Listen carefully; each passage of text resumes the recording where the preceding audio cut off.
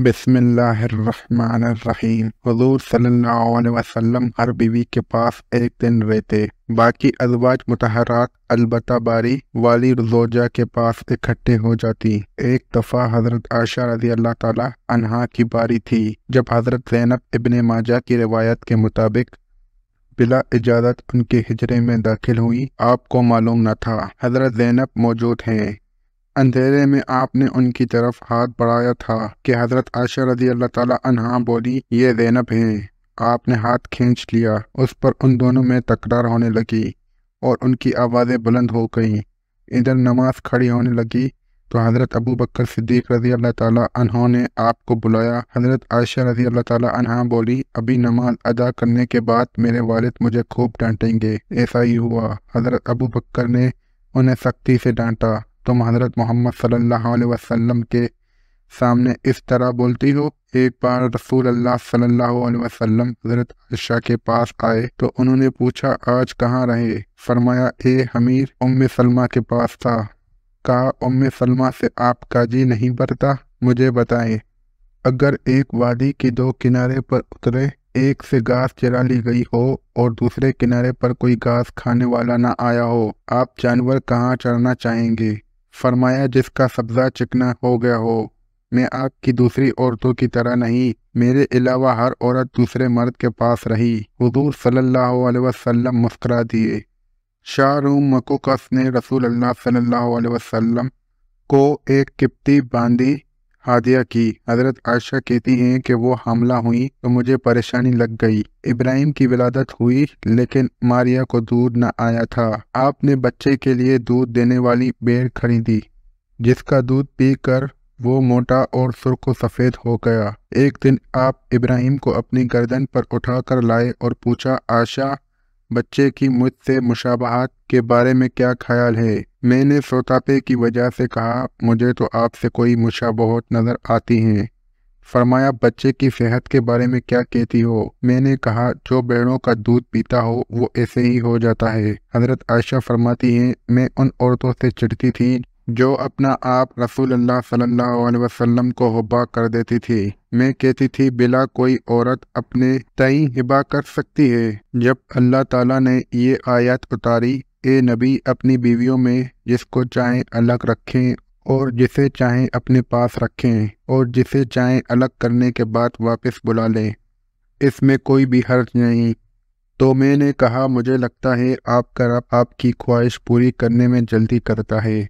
इब्ने हिजर कहते हैं, कई साबियात ने अपनी जान रसूल अल्लाह सल्लल्लाहु अलैहि वसल्लम को बख्शी, मगर आप किसी एक को निकाह में ना लाए, क्योंकि ये आपके मुनशा पर मौक़िफ़ था, बशर्ते के नबी सल्लल्लाहु अलैहि वसल्लम उसको अपने निकाह में लाना चाहें। इब्ने हिजर ने हज़रत मैमूना रज़ी अल्लाह ताला अन्हा के वाहिबा होने का भी ज़िद किया है। उम्मुल मोमिनीन हज़रत सौदा बिन्ते ज़मा ने अपनी बारी का दिन हज़रत आयशा रज़ी अल्लाह ताला अन्हा को दे दिया था। चुनांचे हुज़ूर सल्लल्लाहु अलैहि वसल्लम हज़रत आयशा के यहाँ 2 दिन क़याम फरमाते। हज़रत आयशा फरमाती हैं, सौदा के अलावा कोई औरत ऐसी नहीं कि मेरा उस जैसा तौर तरीका इख्तियार करने को दिल चाहे, मगर उनमें भी तंदी थी। एक बार हज़रत सूफिया बिन्ते हया और हज़रत आयशा रज़ी अल्लाह ताला अन्हा में झगड़ा हुआ।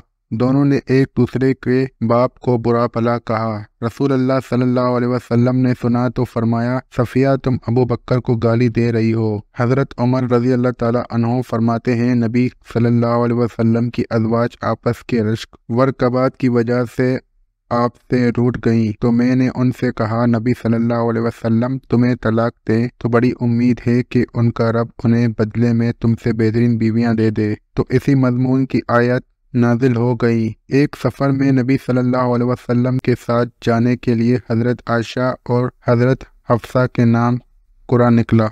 रात के सफ़र में गुफ्तगू करने के लिए हज़रत आयशा को अपने साथ रखते थे। हज़रत हफ्सा को इस पर रुश्क आया। उन्होंने हज़रत आयशा से कहा, तुम मेरे ऊँट पर सवार हो जाओ और मैं तुम्हारा ऊँट पकड़ लेती हूँ, देखती जाओ कि क्या बनता है। रसूल अल्लाह सल्लल्लाहु अलैहि वसल्लम हज़रत आयशा के ऊँट के पास गए और हज़रत हफ्सा को सलाम किया। सफ़र के बाद पड़ाव का वक्त आ गया। تو حضرت عائشہ آپ سے دور رہ گئیں۔ وہ نبی صلی اللہ علیہ وسلم سے شکوہ تو نہ کر سکی تھی، اس لیے زمین پر اترتے ہی اپنے پاؤں ازگر گھاس میں ڈال دیے جس میں سانپ بچھوؤں کا بسیرا ہوتا ہے، اور رنج کے باعث دعا کرنے لگی، اے رب ڈسنے کے لیے مجھ پر کوئی سانپ بچھو ہی مسلط کر دے۔ نبی صلی اللہ علیہ وسلم اپنی ایک زوجہ حضرت عائشہ رضی اللہ تعالی عنہا کے پاس تھے۔ اتنے میں ایک دوسری بیوی حضرت زینب نے کھانے پر رکابی بیچی۔ حضرت عائشہ رضی اللہ تعالی عنہ نے، جس کے ہاں نبی صلی اللہ علیہ وسلم تھے، لانے والے خادم کے ہاتھ پر ایک ضرب لگائی تو رکابی گر کے ٹوٹ گئی۔ آپ نے رکابی کے ٹکڑے اور گرا ہوا کھانا اکٹھا کیا اور فرمایا، تمہاری اماں ام المؤمنین کو رشک آ گیا تھا۔ خادم کو روک کر آپ نے گھر سے نئے رکابی دے کر رخصت کیا۔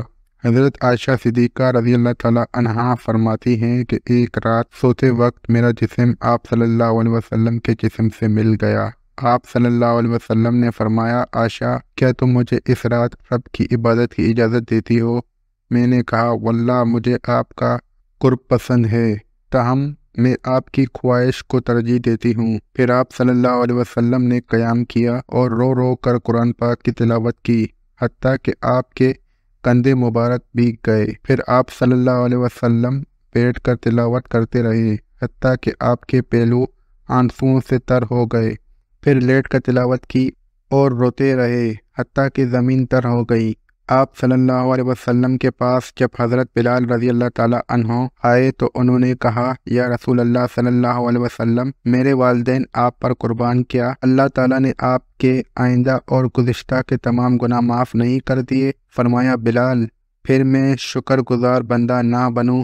اللہ تعالیٰ نے مجھ پر اس رات پر یہ آیات نازل فرمائی، یعنی آسمان و زمین کی پیدائش میں، دن رات کی گردش میں اہل عقل کے لیے نشانیاں ہیں، جو اللہ تعالیٰ کا ذکر کھڑے بیٹھے اور لیٹے ہر حال میں بجا لاتے ہیں، اور وہ زمین و آسمان کی پیدائش پر غور و فکر کرتے ہیں اور کہتے ہیں، اے ہمارے پروردگار، تو نے یہ سب کچھ بطول پیدا نہیں کیا تو پاک ہے، ہمیں آگ سے نجات عطا فرما۔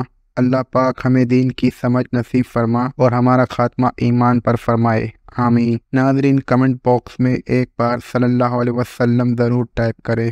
اللہ حافظ۔